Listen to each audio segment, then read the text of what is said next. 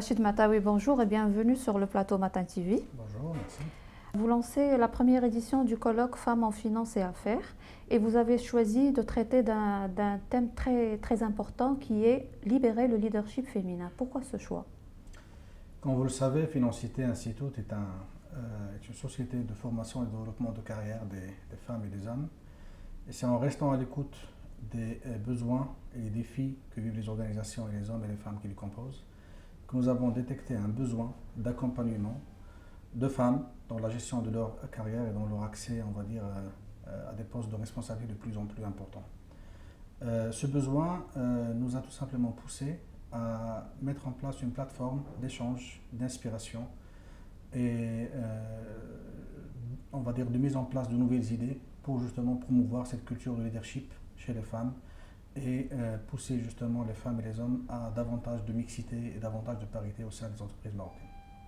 On constate qu'il y a vraiment une évolution par rapport à l'accès des femmes aux postes de responsabilité, mais ça reste un petit peu en deçà des attentes et des espérances. Pourquoi, à votre avis, et si vous aviez une formule magique pour régler le problème? Au Maroc, comme dans plusieurs pays, il y a effectivement une très nette prise de conscience de l'importance de la parité et de la mixité aux entreprises. La prise de conscience ne signifie pas que la mise en œuvre est au point. Donc nous sommes encore loin de ce que ça devrait être. Formule magique, je ne crois pas qu'il existe une formule magique, mais je pense que c'est une conjugaison d'efforts et de volonté qui vont faire qu'aujourd'hui, on arrive à avoir des organisations, des entreprises où la compétence repose à la fois sur la femme et l'homme, la performance repose sur les deux et on va dire l'évolution de l'économie de manière générale puisse tirer sur deux locomotives au lieu d'une seule. Donc, formule magique, je le redis, on ne peut pas prendre le sujet de cette façon-là, mais aujourd'hui, il y a effectivement des lois, il y a des encouragements à mettre en place, mais il y a aussi une grande transformation que doit opérer la femme elle-même, parce que nous constatons, et c'est un peu un principal constat que va mettre en avant l'étude faite par Financité Institute sur la question au Maroc, un des principaux constats, c'est que un des grands obstacles à la femme pour son avancement, c'est la femme elle-même. La femme, aujourd'hui, n'a pas encore bien pris, on va dire, son sort entre les mains, n'a pas encore souhaité bien avancer vers les postes de décision, n'a pas encore osé significativement. Nous avons effectivement un certain nombre d'expériences extrêmement intéressantes, mais nous avons au niveau de la masse encore, on va dire, pas une incapacité, mais quelque part une réticence à avancer. Donc il y a un travail à faire au niveau de la femme. C'est la raison pour laquelle nous avons souhaité mettre en place cet événement sous forme d'un colloque. Et le terme colloque renvoie tout simplement au contenu scientifique voulu à l'événement. Contenu scientifique qui sera porté donc par un certain nombre d'intervenants, experts internationaux, qui justement sont rodés à ce genre de problématiques, de motivation des femmes, de challenge des femmes, et qui vont donc nous permettre de passer une agréable journée justement où on va essayer de recharger les batteries ensemble sur le sujet. Justement, vous parlez de thématiques, vous avez évoqué à l'intitulé du colloque le concept de valeurs féminines. Certains parlent aussi de management au féminin.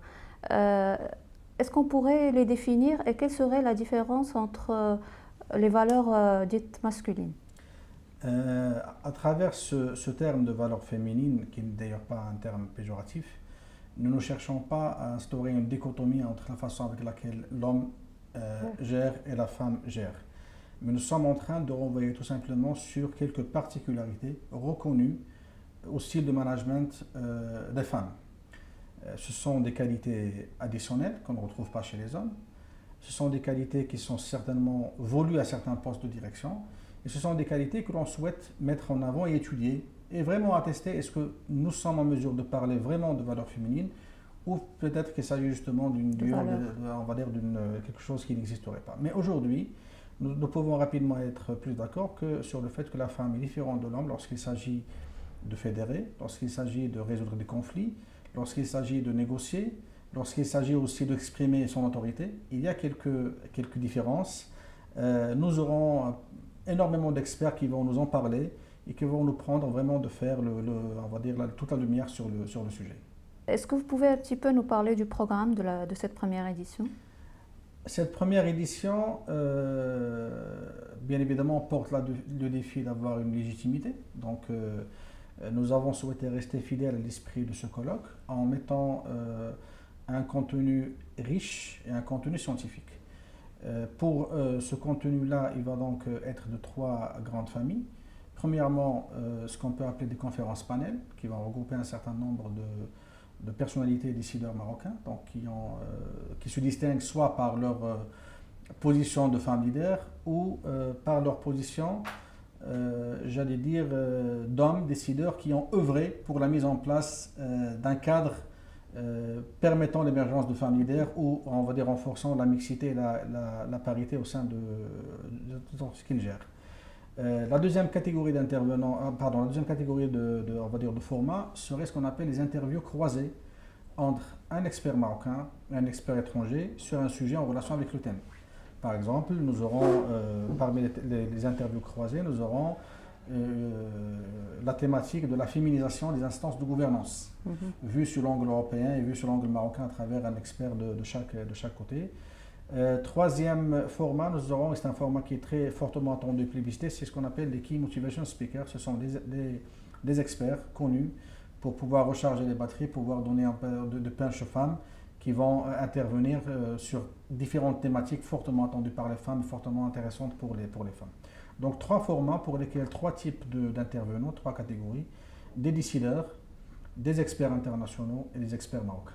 Vous avez aussi annoncé un trophée.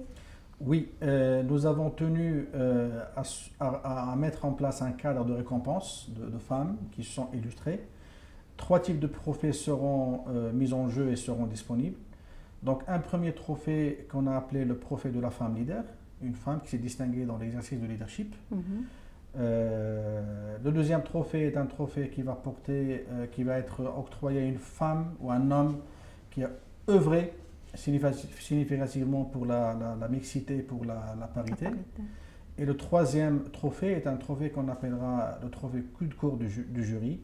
C'est une femme qui sera repérée, remarquée par le jury pendant le colloque ou en dehors du colloque et pour laquelle donc sera décerné ce prix. Donc c'est on va dire c'est le jury qui décidera un peu de cette femme ou de cet homme qui sera donc le rôle titulaire.